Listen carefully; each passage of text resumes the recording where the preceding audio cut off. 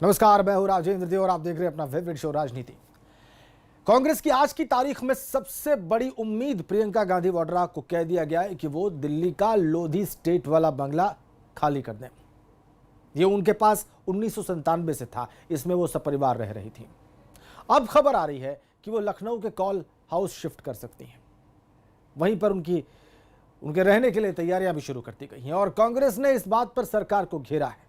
लेकिन साथ साथ यूपी कांग्रेस इस बात से बहुत उत्साहित है, जोश में है कि उनकी नेता लखनऊ आ रही हैं और ये बात, उनका लखनऊ में रहना यूपी कांग्रेस में नई जान फूंक देगा। अब सवाल यह है कि क्या प्रियंका गांधी लखनऊ शिफ्ट होकर कोई कमाल कर पाएंगी कांग्रेस के लिए?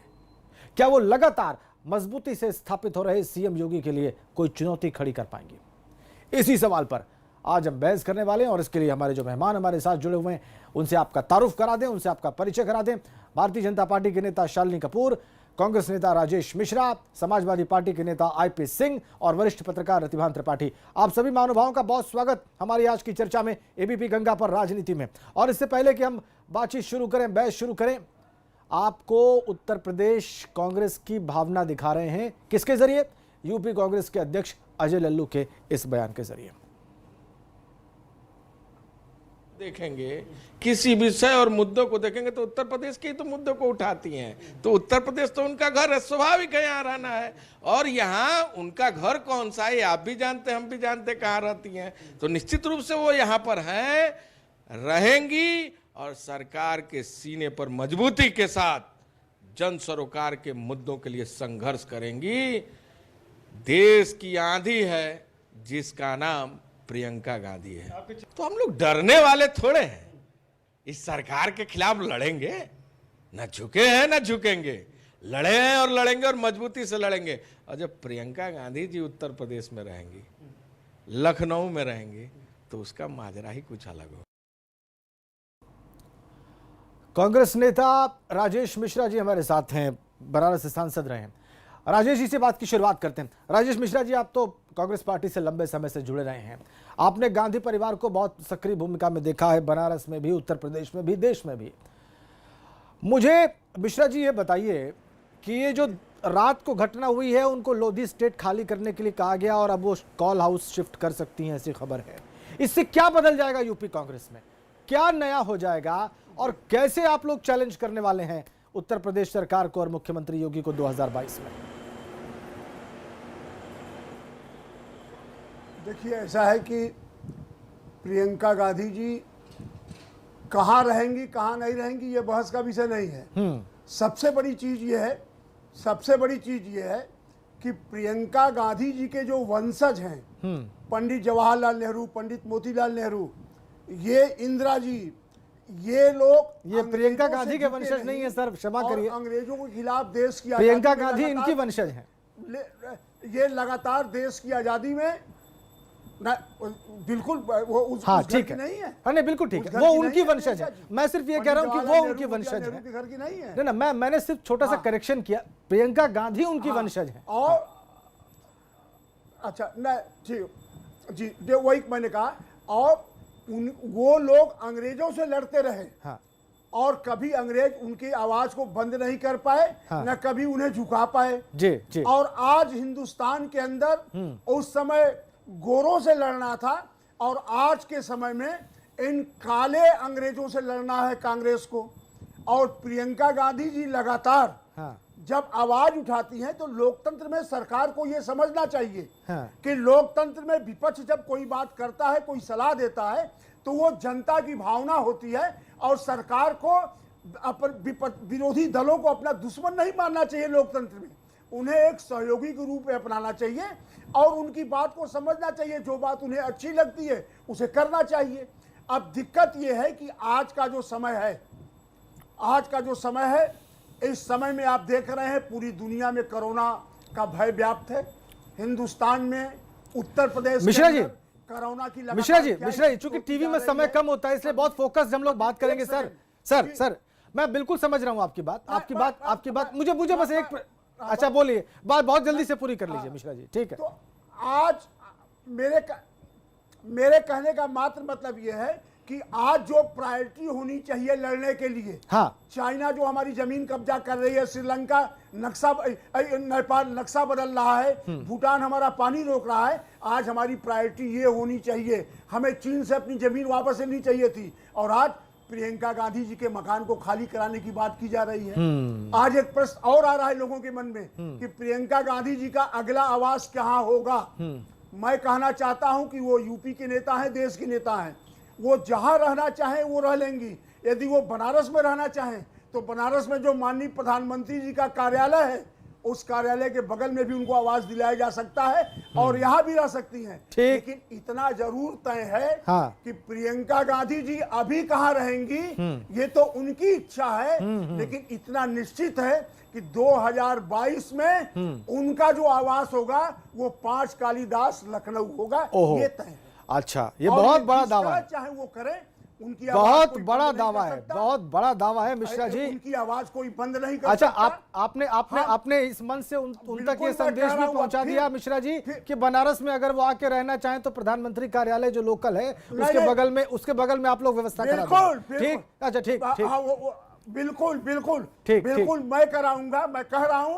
और उनका अगला 22 का आवास क्या होगा, वो 5 कालीदास लखनऊ होगा, उसे कोई नहीं रोक सकता, क्योंकि जनता के दिलों में प्रियंका गांधी बसती है। अच्छा, सरकार मकान खाली करा सकती है, हाँ, लेकिन जनता के दिलों से उनका नाम कभी हटा नहीं सकती। ठीक है, ठीक है, ठीक है। शालिनी कपूर जी हमारे साथ जुड़ी हुई हैं, मुस्कुरा रही हैं आपकी बात पर। शालिनी जी, आपको उत्तर देने का मन होगा, बिल्कुल मन होगा, नमस्कार।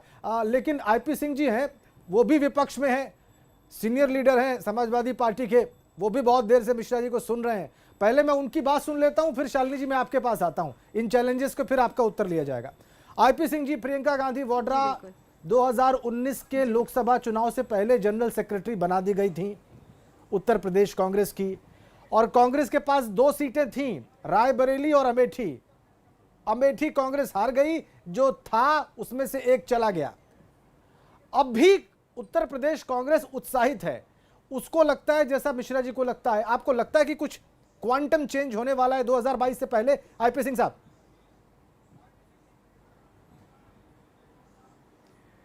देखिए, आधिकारिक रूप से अगर देखा जाए तो प्रियंका वाड्रा का कोई भी स्टेटमेंट या ट्वीट इससे संबंधित नहीं आया है कि अगला उनका आवास कहां होगा। उनके भाई श्री राहुल गांधी, न उनका कोई ट्वीट, न कांग्रेस पार्टी का कोई ट्वीट आया या कोई संदेश आया कि वो कहां जाने आने वाली हैं, न श्रीमती सोनिया गांधी जी ने कुछ कहा। हाँ, ठीक बात है, लेकिन इशारे सारे उसी तरफ हैं। आज नहीं, पिछले 20 सुन लीजिए 20-25 वर्षों से उत्तर प्रदेश वो आती रही हैं, और आते आते जो 2 सीटें कांग्रेस की थी उसमें 1 सीट भी कांग्रेस चुनाव हार गई। राहुल गांधी अपना चुनाव हार गए। तो उत्तर प्रदेश के सेहत पर कोई फर्क नहीं पड़ता है कि राहुल गांधी, प्रियंका वाड्रा, रॉबर्ट्स वाड्रा, श्रीमती सोनिया गांधी वो लखनऊ आकर बस जाएं या अमेठी रायबरेली में अपना कोई स्थान बना लें। हाँ, जिस आवास को लेकर ये विषय बनाया जा रहा है, मुझे वो बात आज भी याद है कि किस तरह से यूपीए 1 और 2 में जब उनकी सरकार थी, तो जो बीजेपी, आज की बीजेपी जो काम कर रही है, यही काम कांग्रेस करती रही और नेताओं के सामान निकालकर सरकारी आवासों से बाहर फेंके जाते रहे। मैं एक वाकया आपको तो याद दिलाना चाहता हूं। ये बहुत ही निरंकुश तानाशाही है भारतीय जनता पार्टी की जो सरकार केंद्र में है, चाहे उत्तर प्रदेश में है। आप देखिए कि स्वर्गीय चौधरी चरण सिंह का आवास जो था उसे खाली करा दिया, जबकि उसे स्मारक बनाने की बात हुई थी, देश भर में उसकी अपील हुई, लेकिन फौरी तौर पर बीजेपी ने उसे खारिज कर दिया। और सबसे आश्चर्यचकित करने वाली बात यह है कि माननीय नेताजी का आवास खाली कराया गया, जो उत्तर प्रदेश के 3-4 बार मुख्यमंत्री थे, हमारे राष्ट्रीय अध्यक्ष माननीय अखिलेश यादव, जो यशस्वी मुख्यमंत्री रहे, जिनका अपना आवास था, भारतीय जनता पार्टी ने उन्हें खाली कराया। तो खाली कराने की जो राजनीति हो रही है, हाँ। और ये भारतीय जनता पार्टी को ये बात आपको समझना चाहिए कि भारतीय जनता पार्टी और नरेंद्र मोदी और योगी सरकार जो खेल खेल रही है, चूंकि स्ट्रक्चरल पार्टी उत्तर प्रदेश में कोई है 30 से 40 वर्षों में तो समाजवादी पार्टी है। अनेकों बार समाजवादी पार्टी की सरकार रही है, कांग्रेस ढाक के 3 पात रही है, और यहां तक कि कांग्रेस 5 सीटों पर विधानसभा के अंदर सिमट गई, लोकसभा में 1 सीट तक सिमट गई। अगर दिन में मुंगेरी लाल के हसीन सपने राजेश मिश्रा जी या कोई देखता है या अजय लल्लू देखते हैं तो वो स्वतंत्र हैं। अच्छा। लेकिन मैं आपको विश्वास दिलाना चाहता हूं आपके इस कि बयान से 2022 में फिर से एक बार उत्तर प्रदेश के मुख्यमंत्री माननीय अखिलेश यादव जी बनेंगे, और ये जिस तरह की बदले की भावना से बीजेपी काम कर रही है, निश्चित तौर से समाजवादी पार्टी मुंह तोड़ जवाब देगी, चाहे वो विधानसभा के पटल पर हो, हाँ। चाहे लोकसभा या देश के अंदर हो। अच्छा। और ये वही समाजवादी पार्टी हाँ, हाँ, है ठीक। कि जब जब उफान पर बीजेपी आई है उसके अश्वमेध घोड़े को पकड़ने का काम किया है, और ये वही बीजेपी है जिसको 10 वर्षों के लिए माननीय नेताजी ने 39 अच्छा। सीटें लोकसभा की जीतकर ठीक। इतिहास बना दिया था। और बीजेपी हाँ, ठीक। आईपी सिंह साहब, आप असल में 2 बातें कह रहे हैं। निपट गई, फिर हम इतिहास बनाएंगे और फिर ये अश्वमेध का जो घोड़ा उसका आप ही पकड़ेंगे। अच्छा ठीक। अच्छा पकड़ने का काम आईपी सिंह साहब, असल में आप 2 बातें कह रहे हैं। आपकी बात से एक तो ये जाहिर हो रहा है कि प्रियंका गांधी वाड्रा को दिल्ली वाला आवास जो खाली कराने के लिए केंद्र सरकार ने कहा, उसको आप बीजेपी के लिए सही नहीं मानते हैं, बीजेपी के पार्ट पर। लेकिन आप साथ में ये भी कह रहे हैं कि कांग्रेस का भी ऐसा ही इतिहास रहा है। दूसरी बात आप ये कह रहे हैं कि प्रियंका गांधी वाड्रा आ जाए या कोई आ जाए, हमारे लिए जितनी हमारी दूरी, हाँ। जितनी हमारी दूरी बीजेपी से है, उतनी हमारी दूरी कांग्रेस से रही है। अच्छा। कांग्रेस ने हमारे जो नेता है माननीय नेताजी के खिलाफ, हाँ ठीक सर, वो बात आ ईडी से गई, लेकर रजिस्टर हो सीबीआई गई, तक की कार्रवाई करने की रजिस्टर हो कोशिश गई। की, उनके आपकी- परिवार को प्रताड़ित करने का काम किया। तो आपकी दोनों भविष्यवाणी का कैरेक्टर एक जैसा है। हिस्सा, आईपी सिंह साहब, आपकी भविष्यवाणी का एक हिस्सा शालिनी कपूर जी को बहुत रास आ रहा होगा। शालिनी कपूर जी, समाजवादी पार्टी कम से कम इतना तो मानती है आपके साथ कि प्रियंका गांधी वाड्रा कुछ नहीं कर पाएंगी उत्तर प्रदेश में, लेकिन वो ये भी चार्ज कर रहे हैं कि आपका रवैया ठीक नहीं है घर खाली कराने वाला। देखिए, जन धन के धन पर लूट मचाने वाले, मजे करने वाले अपनी जुबान को अब जाके बंद करने लायक बना पाए हैं तो वो भारतीय जनता पार्टी की सरकार में। ये लोग हमेशा जनता के पैसे पे हमेशा से लूट मचाते आए थे, भ्रष्टाचार मचाते आए थे हमेशा। जब भी इन्होंने, आप इनसे ये पूछिए कि ये किस हैसियत से उस बंगले में रहती थी। माननीय इनके मुख्यमंत्री, पूर्व मुख्यमंत्री जी अखिलेश यादव जी की इन्होंने बात करी नेताजी के, तो आप में जी एसपीजी का कवर था, उनको मिला हुआ था। क्या कह रहे हैं आप? ना, उनको एसपीजी का कवर मिला हुआ था, इसलिए वो बंगला उनको चलिए, allotted उनको था। एसपीजी का कवर मिला हुआ था। प्रियंका गांधी हो, वाड्रा हो, विंची हो, एंटोनियो माइनो जी की बेटी हो, कि चाहे वो दादी जैसी नाक वाली पोती रही हो, मुझे ये जानना है कि वो किस हैसियत से, किस नेता के हिसाब से आज कभी अमेठी, कभी रायबरेली और आज भागते भागते उत्तर प्रदेश, ये टोटल और टोटल केवल और केवल राजनीतिक बातें हैं। केवल राजनीतिक महत्वाकांक्षाओं के चलते आज ये सारा जो आप माहौल देख रहे हैं, ये जानबूझ के ड्रामेबाजी बनाई गई है, फैलाई गई है। जहाँ तक आवास खाली कराने की बात है, वो एक नॉर्मल प्रक्रिया है, सामान्य प्रक्रिया है, और एक सामान्य प्रक्रिया के तहत ही किया जा रहा है, जो कि सरकार की। आप किस हैसियत से उस बंगले में रहती हैं? आपके पास एसपीजी सुरक्षा भी अब नहीं है, स्वयं ही आपको छोड़ देना चाहिए था। हाँ ठीक है, ये बात मान ली, आपकी बात मान ली शालिनी जी। लेकिन अब आप ये बताइए कि फॉर्च्यून क्या है उनके, अगर वो लखनऊ शिफ्ट कर गई तो क्या आपको नहीं लगता कि यूपी कांग्रेस का कैडर ज्यादा गल्वनाइज होगा, ज्यादा जोश में होगा, और उससे आपका बहुत तीखा मुकाबला हो सकता है आने वाले विधानसभा चुनाव में? आप मुझे ये बताइए, मुकाबला तो कहीं बराबरी का दिखता ही नहीं है। 5/1 का 5:1 का मुकाबला है। चाहे आप शिक्षा पे चले जाइए, हमारे योगी आदित्यनाथ जी ने मैथमेटिक्स से एमकॉम किया हुआ है, आप लेके आइए प्रियंका वाड्रा जी के, क्या उनकी स्टडी रही है, क्या उनके एजुकेशन रही है। चलिए, आप धार्मिक पे आ जाइए, धर्म संस्कारों पे आ जाइए। यूपी में, उत्तर प्रदेश में अपने चैलेंज कर रहे हैं आपको, स्थापित करना, आईपी सिंह जी चैलेंज कर रहे हैं। हाँ, आईपी सिंह जी, आप चाल मैं कहती हूँ आप चलिए चलिए आप चैलेंज आप मैं आपके बीच में नहीं बोली, आप शांत रहिए, आप शांत रहिए, आप शांत रहिए। नहीं आपने जो डिग्री बताई मुख्यमंत्री की, उस डिग्री पर सवाल है। ठीक है, उस डिग्री पर सवाल है। हाँ ठीक है, बोल लूं सिंह साहब, आईपी सिंह डिग्री पर सवाल उठा रहे हैं। शालिनी जी मैं बोल लूं सिंह साहब, चलिए मैं बोल लूं, उसके बाद सिंह साहब उछल लें जितना उछलना है। उनको डिग्री पे सवाल उठाने पे आएंगे तो अभी तो बहुत सारी जो कहते हैं ना कि बात निकलेगी तो फिर दूर तलक जाएगी। तो अब अगर आते हैं, चलिए हम धार्मिक संस्कारों पे चले आते हैं। चलिए मैं चाहती हूँ कि आज उत्तर प्रदेश में यदि वो अपने आप को स्थापित करना चाहती हैं तो पालघर हत्याकांड पे मेरा सबसे पहला सवाल आएगा कि क्या कारण है कि सिर्फ और सिर्फ पालघर पे हत्याकांड पे सवाल उठाने पर कांग्रेस जो आज यहाँ उत्तर प्रदेश की राजनीति करने आई है, क्या उसके पास एक भी जवाब है? आज वो कोरोना के ऊपर सवाल उठाती है कि 23 करोड़ की जनता वाले उत्तर प्रदेश में जहाँ सुशासन की तरीके से इतने अच्छे तरीके से कंट्रोल किया गया, वहाँ 2 करोड़ की जनजाति वाले, दिल्ली में 90,000 से ज़्यादा केस हैं, महाराष्ट्र पे उनकी आंखें नहीं खुलती, जहाँ 3-3 पार्टियां भी मिलकर राज्य को नहीं संभाल पा रही हैं, वो क्या उत्तर प्रदेश की बात करते हैं? तो मेरा सवाल उनसे सीधा उल्टा ये है कि पहले उस पर ये जवाब दें, उसके बाद ये यहाँ के राज्य पे, इसके शासन पे और माननीय मुख्यमंत्री योगी आदित्यनाथ जी पे कोई कवर करने पे आए। फिर आप बात आती है इनके प्रवासी श्रमिकों की। क्या ये वही प्रियंका वाड्रा हैं जिन्होंने कहा था कि हम 1000 बसें भेजेंगे और जब नंबर मांगे गए तो इन्होंने नंबर भेजे 2 पहिया वाहनों के? आपको रिस्पॉन्ड करना चाह रहे हैं। 2 पहिया वाहनों के नंबर, उसमें भी कुछ कंडक्टर के और कुछ बस ड्राइवरों के।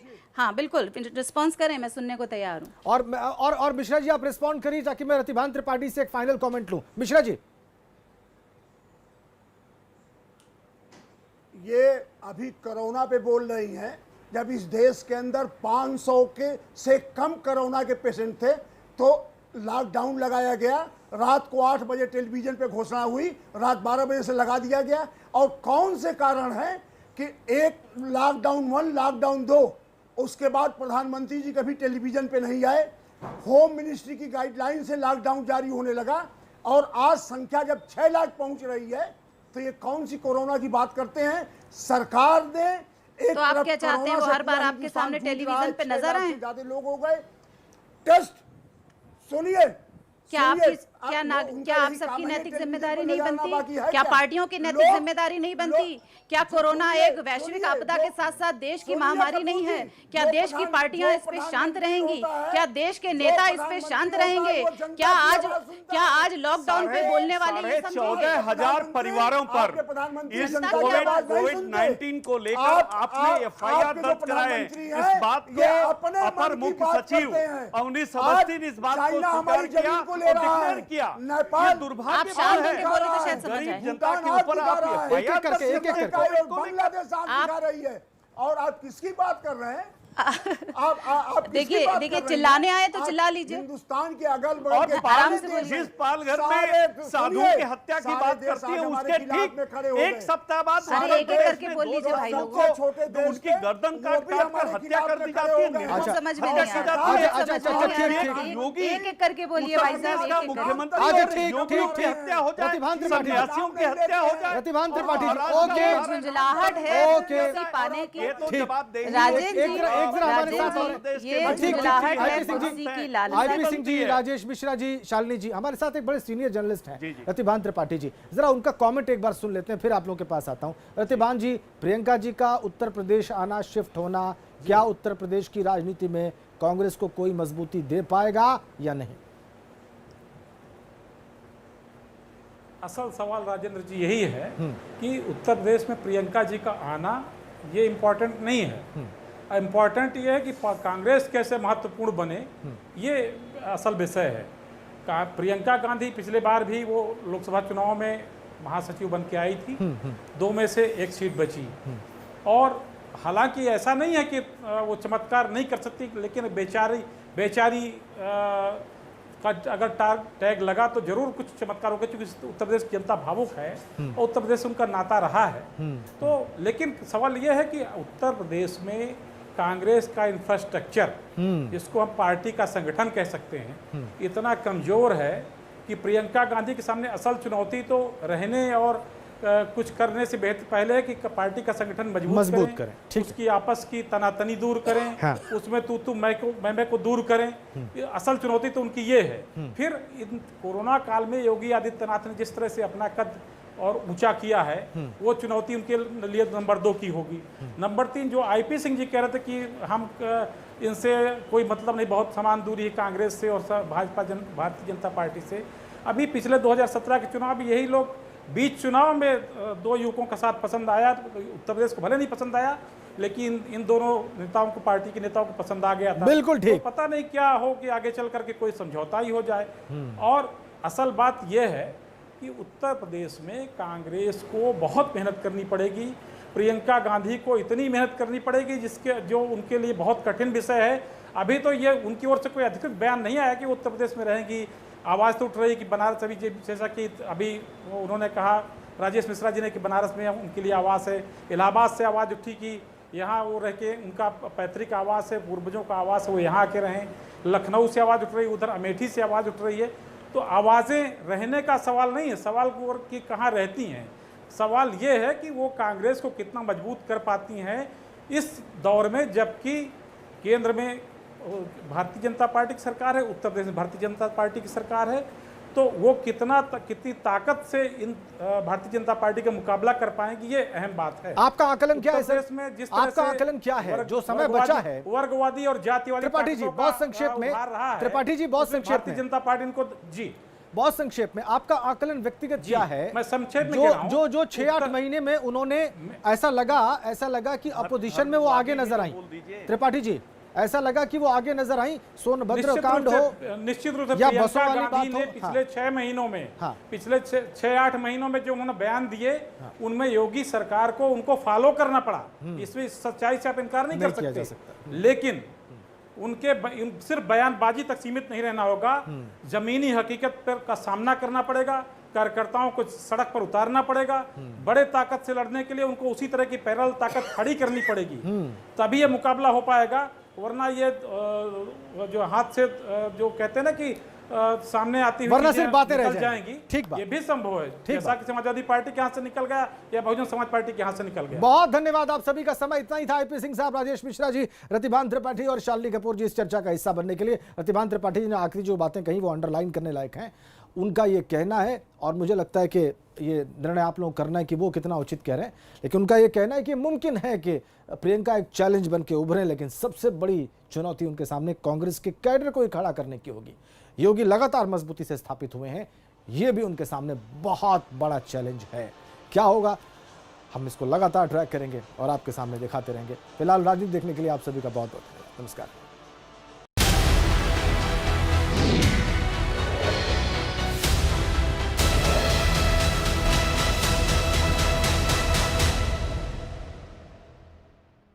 डाबर हनी की बात है ऑसम। इसमें है